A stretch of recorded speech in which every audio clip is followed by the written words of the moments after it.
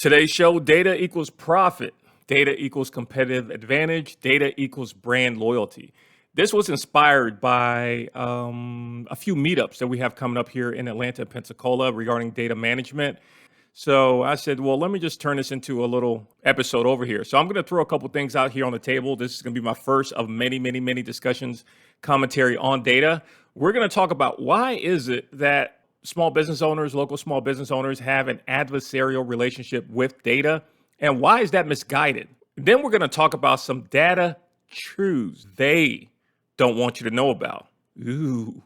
And we're going to wrap it up. I'm going to give you some examples of how data can, 1, generate more profit, 2, give you a competitive advantage, and 3, increase your brand loyalty. Sound good? Let's go for it. Welcome to the Aegis Martech podcast. I'm your host, Chris Chiatti with Aegis Martech, and the goal of this podcast is to empower and provide resources that build up tech-enabled small business owners who can confidently leverage their business software to generate more revenue, gain a competitive advantage, and enrich their professional relationships. So let's start with number 1, the adversarial relationship with data. And what really gets me about this one is, if you're in business in the modern day, you're like doing business at the time of this recording, 2023, going into 2024, you already have data all over the place. I don't see how you don't. You have a cell phone. If you're in business, there's stuff that's just stored in your cell phone alone that has to do with your business. It could be a reminder. It could be a task. It could be a contact name. That's just in your phone, right? Then if you have some type of email, whether you're using Google or Outlook or Yahoo or whatever, you have some information there, customer business information over there, some data over there. Because information is data. It's the same thing by a different name. If you're on a social media platform, you got some data information that has to do with your business. If you're doing some marketing, some branding, some stuff over there too. And you kind of see why I'm kind of puzzled. I get puzzled because I've seen it in real time, real life. I've seen it in real time, real life. A bunch of different systems, information, data all over the place. Yet it's like, okay, CRM. Oh, I don't know about CRM or CRM platform. And again, I'm not trying to sell them a CRM or anything like that. I'm just, I'm asking them about it, or they just have this view of CRM. They'll be like, oh, we just like using our spreadsheets. Well, how do you get the data from, you got a spreadsheet. How do you move that data from a spreadsheet in the Trello? Well, I can't. Well, how do you do it? Well, I cut and paste. That's life. All right, cool. It takes time. If you like it, I love it. If you're comfortable with it, so be it, right? But I'm just like, man, and when you look at it from a standpoint, you just fall back and be like, okay, why am I using Trello? Okay, maybe it's to track a project or to track a small project. I've got a couple people in here. We have this little project we're working on. We just copy and paste it over here. And I think I was listening to a transaction coordinator, and I love the way how she phrased it. She said it's dead data. She either said it's dead data or dead end data, because and they were doing at least. Don't let me misquote her. I think it was over 100 transactions a year in Trello. But as she said, they needed a completely separate individual in their office to move the data, the information, cut and paste, to move it from Trello over to their analytics software, because they couldn't see into Trello. But it worked. They were doing numbers, but it worked. But it was like a caramba moment when they went platform, when they realized that the same CRM system they can use, they went over it, found a CRM to where they could do their project or the transaction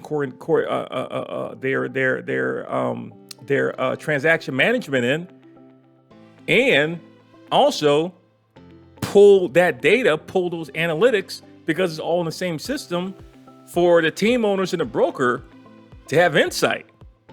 It was like, oh my goodness, did it exist? This is real? It was like, yeah. It was like, oh, we're doing so many more transactions now.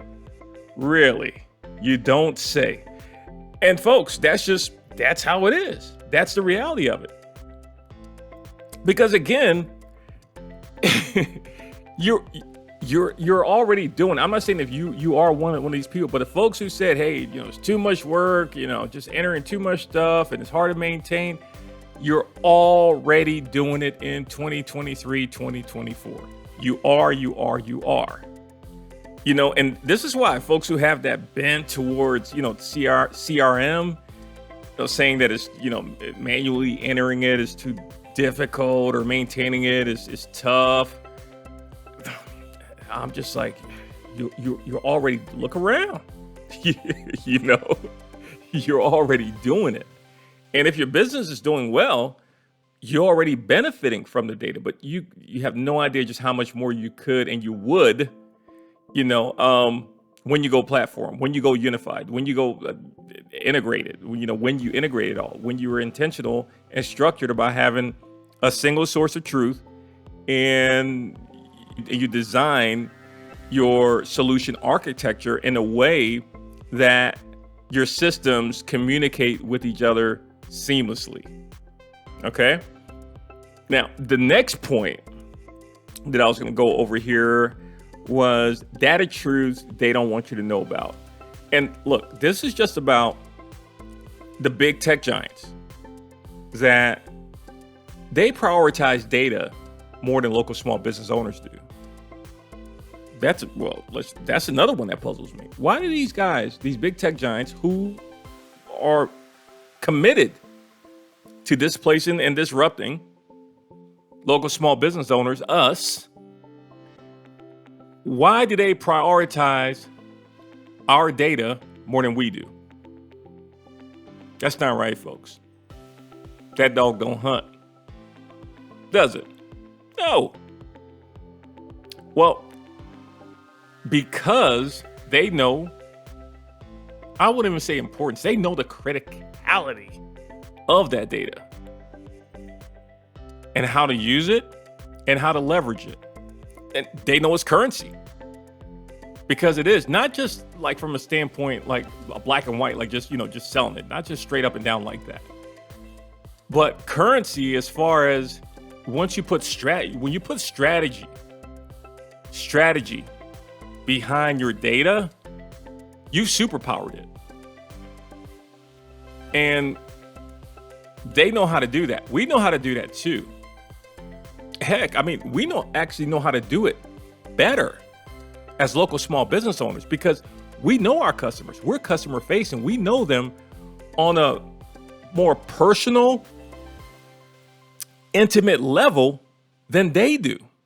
And we've already been doing it, right? And this is our core advantage being small business owners, is we understand our people. We understand our clients. We understand our patients. We understand them at a level that it's impossible for them to. But wait, there's a catch though. You may say, oh yeah, so we got this. Nobody's gonna leave us. Our customers love us. This is what I will counter to that. You can't afford to be less approachable, less convenient, or less organized than these big tech giants. And that's where they get us as local small business owners.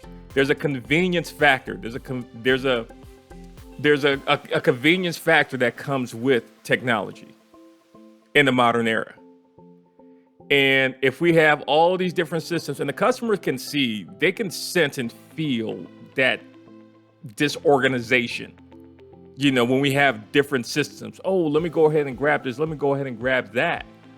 And especially now where they're just used to like click, click, bang, and something fires off. If they like us, they know us, but they're like, man, it's tough. I really want to give them the business and this and that and the other, but it takes long. It's not fast. It's not convenient, and it doesn't seem organized. And that's where they get us. And that's the cost. That's their leverage.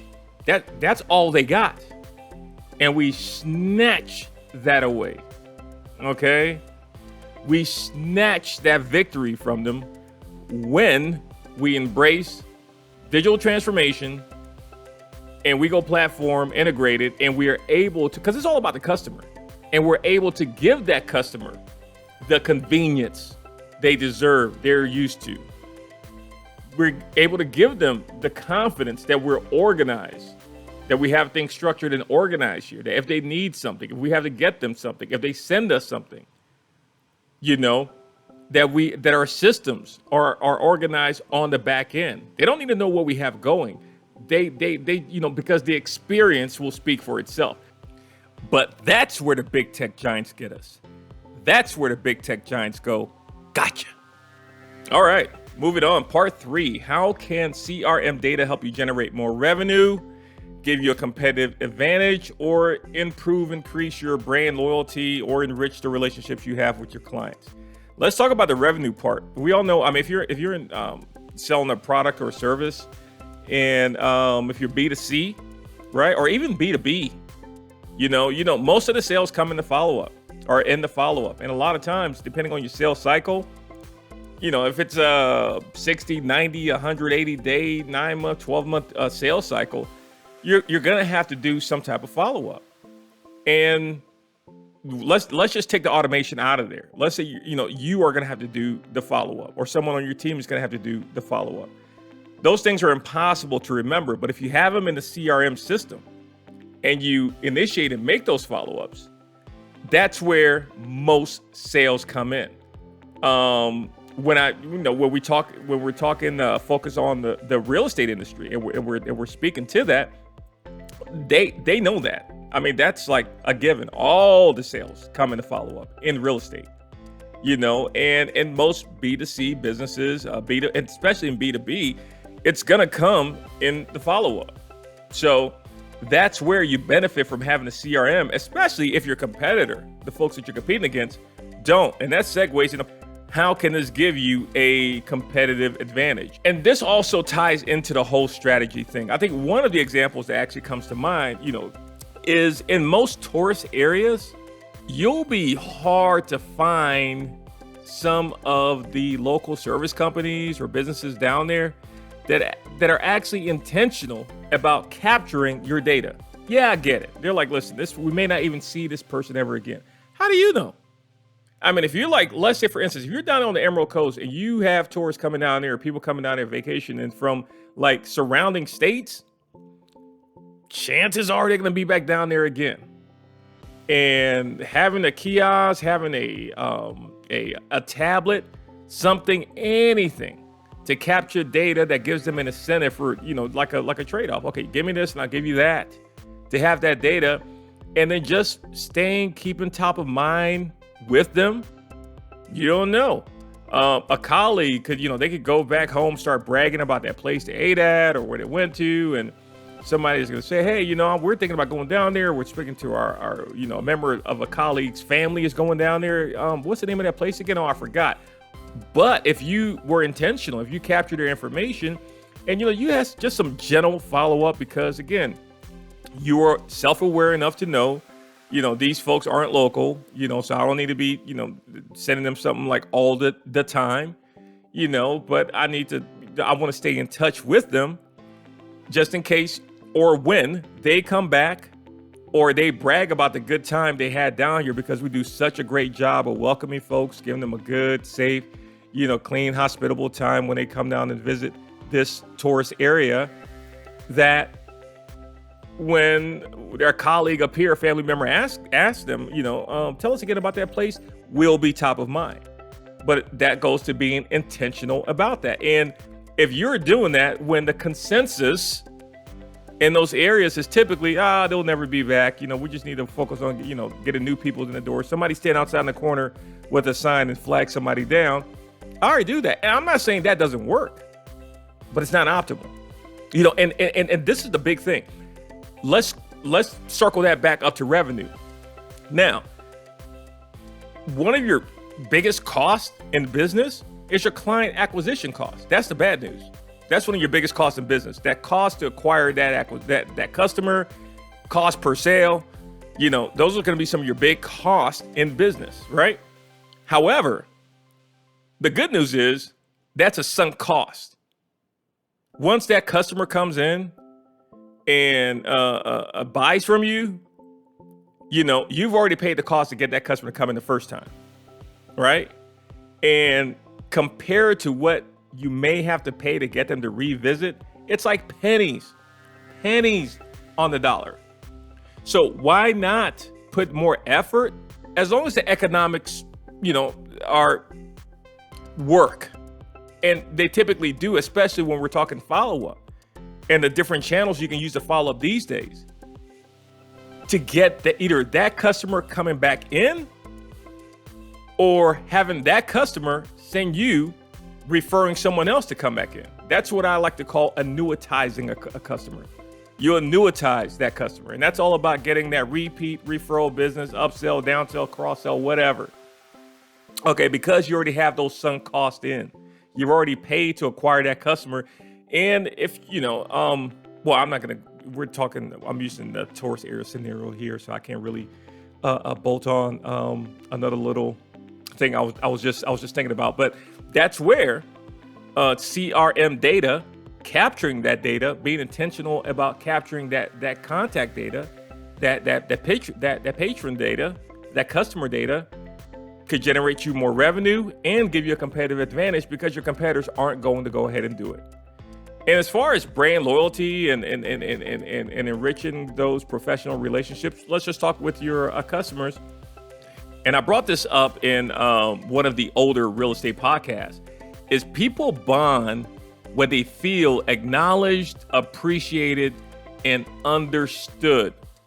And I mean, how each of us business owners, how we individually utilize that or do that, use our CRM systems to achieve that, is going to vary from person to person. The easiest example is it's like notes, just taking good notes, right? I can't tell you how often a strategic partner calls, right? And they either want to talk about a project that we talked about months before, or a client from a year ago, or whatever. And by the time they get to the third sentence on the conversation, they call me, by the time they hit their third sentence, I've already got all that past history already pulled up on my phone. Why? Because I've had the mobile app, because I have the Zoho CRM mobile app. So I already have all their past information pulled up right there on my phone. I'm looking at either transaction history or notes, and I'm smiling. And I'll say something, and they'll be like, "Oh my goodness!" I hear something. "Oh, you have such a great memory." I was like, I cheated. I've got this in my CRM, so I always tell them, I've got it in my CRM, but it's all right there. They're like, "Who does that?"